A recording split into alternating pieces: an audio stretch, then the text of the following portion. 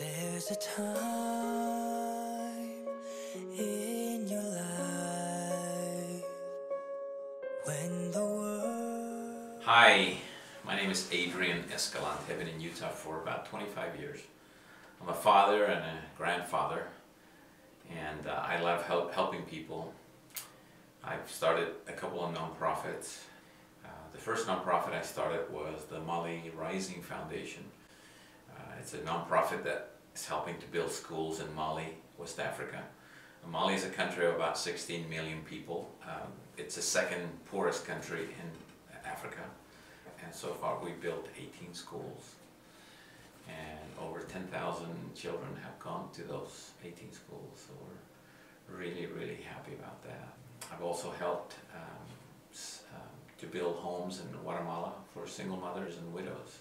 And now I'm helping with educational programs in Provo to teach families, low-income families, skills such as healthcare and education, the importance of staying in school, and helping their children continue their career and goals.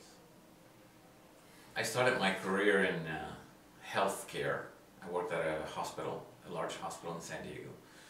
And I was living in a small rural community. One of my hobbies after work was to go to the local bakeries and pick up any leftover bread and then deliver it to the low-income families in the area.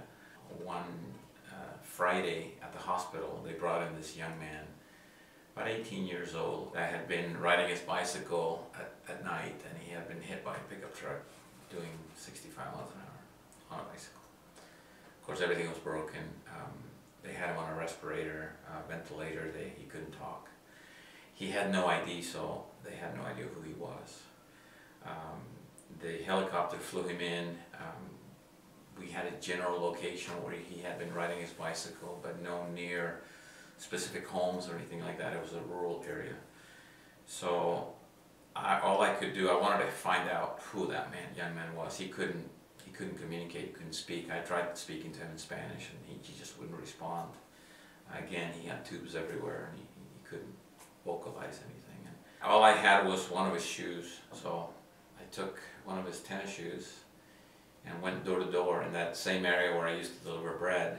I mean, how do you do that? How do you go to somebody's door and probably get their mother or father to answer the door and show them the shoe and say, "Are you missing a son?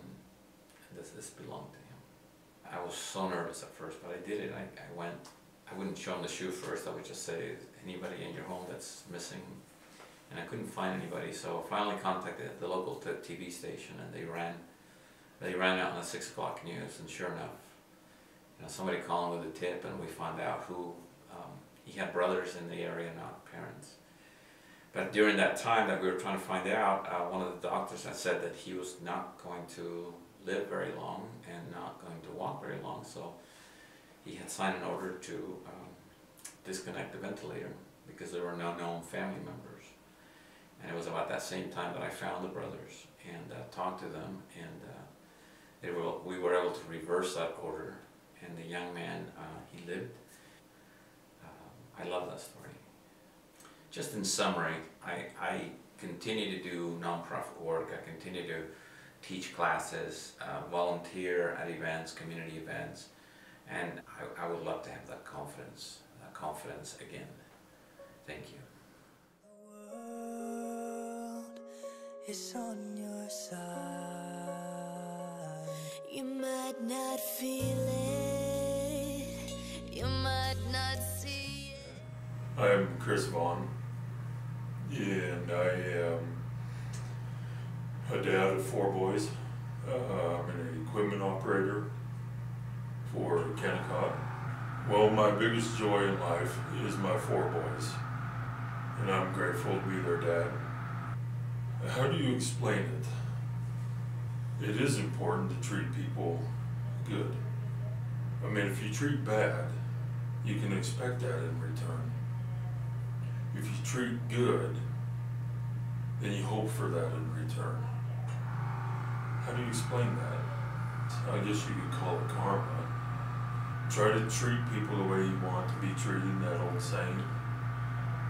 but it's the truth. And to me, that's important. I mean, we're all here trying to figure out life anyways. And if we can help each other out, make it easier, then it's all worth it. And you meet some pretty cool people along the way. You make friendships along the way. And that's what I enjoy. That's what I like. That's what I hope the boys themselves enjoy. That's what lasts, is the friendships, the good memories. Smiling to me is important. It's a universal sign of happiness. But one thing they don't know is that I don't care to smile myself. I won't let them know that, because I don't need them to find something wrong with their smile, because there's nothing wrong with it. Because we've had some hard times lately, but I want them to know that it's okay to smile, even when times are tough. And I want them to know that Dad will push through with them. And that they know in tough times they can be okay. But for me, it's everything. To watch them smile. Because that's when I smile the most.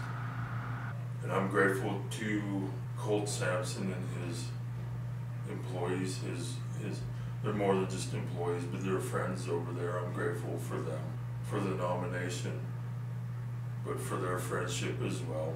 I'm grateful for the people here at Gunnarsson, for the friendships and their caring, for us to know that when we come through the door, there's always smiles here waiting, and for the kind-hearted way that they do treat my boys. It's just important to take care of each other. Surrounds you like a light, makes you stronger for the fight. I'm never letting go, gotta learn to grow.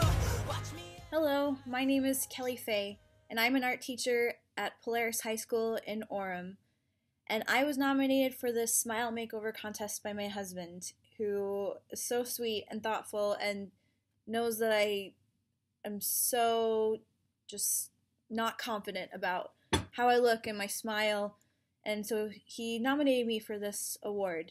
And I was really nervous when I found out that I have to film a video about myself, because I don't like to be on camera. I always hide in the back during pictures, and I just don't like to be on camera. But this opportunity is so amazing. I work with students at a public school for Alpine School District who are at risk of not graduating due to so many obstacles in their lives. We also have young mothers at my school, and I get to work with people who fight for their future every day. And my whole job is about giving them confidence and the tools they need to succeed. And it would be just awesome if I could have a new teeth, better teeth, or something to give myself more confidence. I have this problem with my teeth. I didn't really have the experience where you have a loose tooth and you lose it and the tooth fairy comes and puts $1 under your pillow. All of my baby teeth stayed in, and I had permanent teeth grow in over them. So every time that this happened, I would have to go get a baby tooth pulled. And I was at the dentist several times for a couple years, just getting my teeth pulled, getting those shots of Novocaine, and it was kind of sad. But luckily, I was able to get braces at some point during then. And in order to get braces, I had to have mouth surgery because I had a couple of teeth that were growing in really crazy, and my braces wouldn't fit unless I had that surgery. So I had that done, and then I got braces on my top teeth, and it was great. And a year and a half later, I got those braces off, and my teeth looked so good, and it was great. But I still had 2 baby teeth left, and I don't know why, but the orthodontist had me get braces too soon. And so I had the same problem with the permanent teeth growing in over, and I couldn't wear my retainer anymore, and all the work that had been done was gone. Looking forward to the future a few years, I had divorced parents, and they were divorced all my life, but there came a time where I had to choose who I was going to live with in a different state. So if I'd stay with my dad, he offered me to get braces again, but I actually chose to live with my mom, who couldn't offer the same thing for me. So in order to live with my mom, I had to sacrifice my teeth. And that's a decision I made, but one that I've had to live with ever since. I don't like to smile. People always ask me, why are you so angry? Come smile, you need to smile more. My students think I'm mad all the time, and they ask me why I don't smile more. And it's not that I'm an angry person, I just don't like my teeth, and so I hide. I hide behind other people in pictures, or I just smile with my mouth closed. School pictures are the worst. They're already hard, but as teachers, we have to take them too. And they let us look at them and see if we like them, but I just don't even bother because I know I won't like my picture no matter what. So, it would just be really cool, this experience, to get a new smile. I think I could really gain some confidence and just want to smile again. Thank you so much for your consideration. I'm honored to even be a finalist in this contest. Please vote for me. It would really be a dream come true. It's my moment, gotta live it right. I'm flying so strong.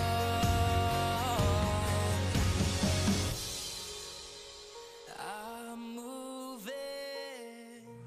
Hi, my name is Sean.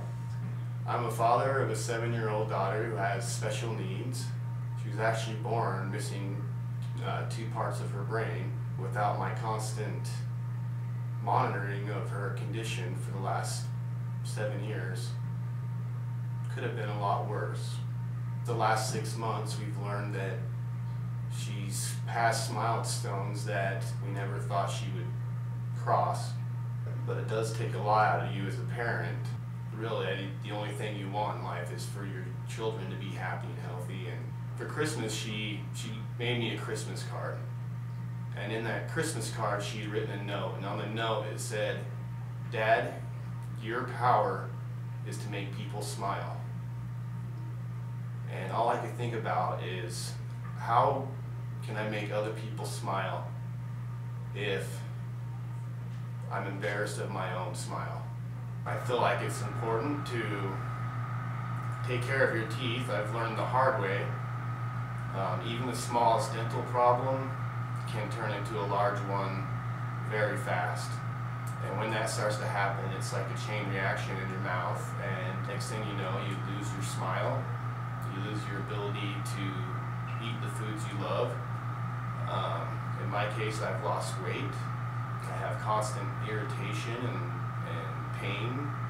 I mean, everything that you love in life can slowly disappear, and you just don't realize it till it's gone. I truly wish that I would have paid more attention to my teeth when the small things were happening, rather than wait until larger problems started. It was nice to have somebody notice that I was in need and care enough to help me do something about it. I'm really grateful to have all the people in my life that have helped me with my daughter, and especially my sister-in-law Jess, who recognized my need to have something like this happen. So I really appreciate it. Give it all